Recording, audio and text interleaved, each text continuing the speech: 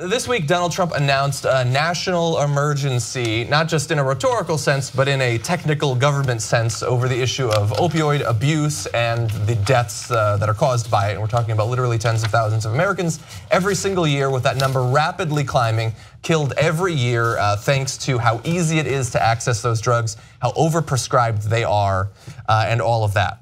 And so that would lead you to perhaps believe that he's taking it seriously, which is good. This is a big issue facing America.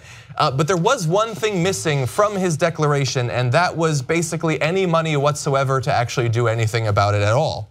The official declaration does allow the executive branch to dip into the Public Health Emergency Fund, which sounds good until you find out that that fund currently has $57,000 in it, which is not a lot of money to deal with a problem that affects millions of Americans. John, hold one sec. This is the part of the story that I love. They say the declaration will also allow the agency to shift around existing sources of funding to help combat the epidemic, but it won't add any new money. So go ahead, shift that $57,000 around. I mean, you could move it here, then you could move it over there. Take some back. Yeah, I mean, if it was other money, like war on drugs type money, that we were actually putting to a drug that is killing the tens of thousands of Americans, maybe that would be a good thing. But that's not actually what it is. By the way, in case you're wondering, like, how does this affect me as a person dealing with the opioid epidemic? Well, with $57,000 and millions of Americans currently suffering in this epidemic, it works out to about 2 cents per person.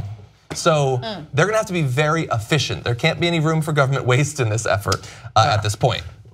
Advocates for fighting this scourge, by the way, including a lot of advocates who support Donald Trump, support him even during the campaign, because this actually affects everybody.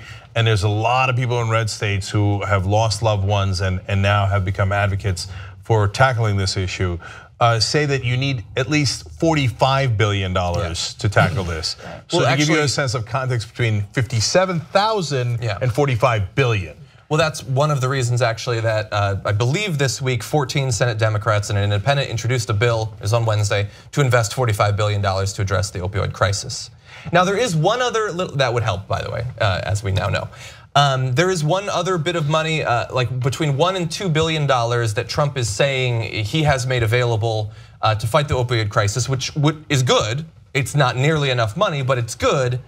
Except he didn't allow it. It was passed back at the end of 2016 before he became president. So it's good that they did that little step, but he's taking credit for it to perhaps dodge responsibility for not doing any more money today or early this week. Well, with $45 billion, you can buy a lot of OxyContin, which is good. Yeah.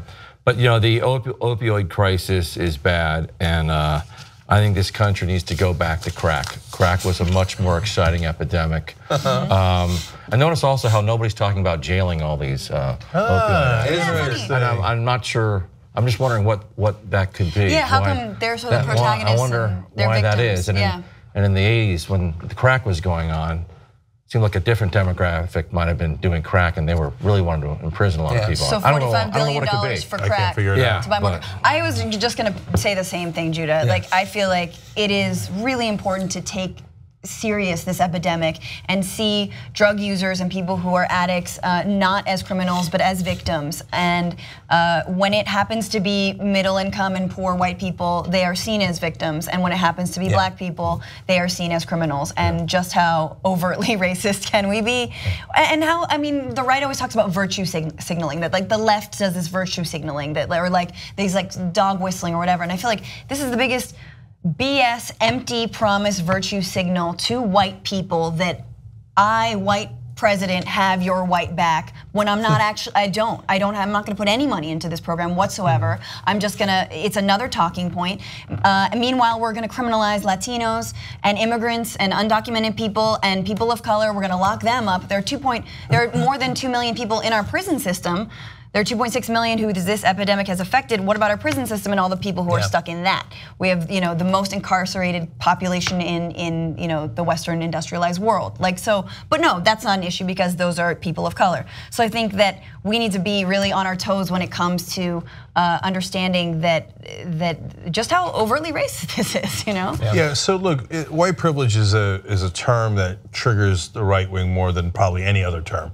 And actually, I understand why it does for a lot of people, because you might be a young white guy in the middle of Nebraska and you're thinking, what goddamn privilege do you think I have? And I hear you, brother. I get it, you're working for $7.25. We're actually trying to help you, okay? Yeah. It doesn't mean that you're actually rich and powerful and stuff. You're not, okay? It just means that you might not suffer some of the stuff that African Americans suffer on top of the situation that you're in, right? Yeah. So when your family's dealing with an opioid issue, which is a lot of families are, people are sympathetic and go, oh my God, it's an epidemic, and to Judah's point, and we have to help you, and which is great. That's how they should. I don't want them to treat you any worse. But then when somebody had a similar fate, and it was on the issue of crack and the drug of crack, everybody was like, we gotta lock these guys up. But that was also a health issue. And even to this day, I bet you a lot of people watching right now going, nah, I mean, that wasn't a health thing. The crack is crack, that's dangerous. Opioids, they killed 64,000 people last year, way more than crack. Yeah. In fact, this is a stunning number. It is now the leading cause of death in America for people under the age of 50. More than car accidents, heart attacks, cancer. That's unbelievable. It's the most dangerous thing there is. It is really hard in America for something to kill you more than guns kill you. Yeah. Like, the opioids really had to work hard. White privilege, just to finish that thought, white privilege is not something you have. It's an extra burden you don't have. Do you see what I'm saying? They should almost figure out a better way of framing it. Like that. It's a power structure. Yeah. It's a government power structure meant to, help certain people and do the opposite of helping to some other people. But I mean, people also, I don't know what the stats are, but I don't know if it's the majority. I think it's certainly a lot of the people who get hooked on opioids are not getting hooked on it initially from drug dealers. It's from doctors. Yeah, the profit motive. Yeah, about 3/4 in a different story we did earlier. 3/4. Yes. And so there is a gateway drug. They warned us about it throughout the 1980s. They just had the wrong one. It turns out marijuana does not lead to heroin. Legal opioids lead to heroin. And by the way, they don't even have to lead to heroin. Half the deaths are just coming from people hooked on legal opioids. Yeah. Right. And half are coming from heroin, but those folks, most of them came through legal opioids. So the virtue signaling is, hey, white people, don't worry, I got your back. Opioid, oh God, it's not like freaking crack. I go, it's a health thing, I'm gonna help you. But then the reality is, what do they actually do? Which is nothing. Why? Because follow the money, as always. So when you go to imprison black folks for doing the wrong kinds of drugs, people are gonna make money. Private prisons, police departments, et cetera, et cetera. There's like a long list of people who make money off of that. But on the opioid issue, the money's on the other side. Right. The drug companies make a tremendous amount of money. So they do not want you doing anything about this. They do not want you regulating. So all of a sudden, now when it's opioids, no enforcement, no actual resources to actually fight the epidemic. Is it? The final point I make, isn't it amazing how little we can get done as a country? That this is actually one of the issues that finally, during the last cycle of all the debates that we had, this came up multiple times, especially New Hampshire. They actually talked about it a bunch. They talked about opioid abuse more than they talked about climate change, more than they talked about reproductive rights, a number of other huge issues. Yeah. It finally got discussed. And we're a year and a half later, and here's $57,000. God, it's such a useless goddamn government we've got. It doesn't point the finger at, scary brown people enough. So like, don't put money into it, because it points the finger at as you're saying, at pharmaceutical companies. I'm sure you guys have talked about Tom Marino, the former nominee to be drug czar, who was then withdrawn, but he helped pass legislation to protect these same drug companies from any sort of accountability, responsibility for the opioid epidemic that they helped to cause. Yeah. So that's who we're talking about. This is the swamp, and yeah. Yeah. So my final point is, I love the recriminations back and forth. Christie was appointed by Trump to lead the opioid commission, and they say, hey, Christie, you could come out with this report and there's no money in it. He goes, oh, that's literally, this is a quote, that's Congress's job, okay? So I'm not gonna do anything about it. What do you want me to actually solve it?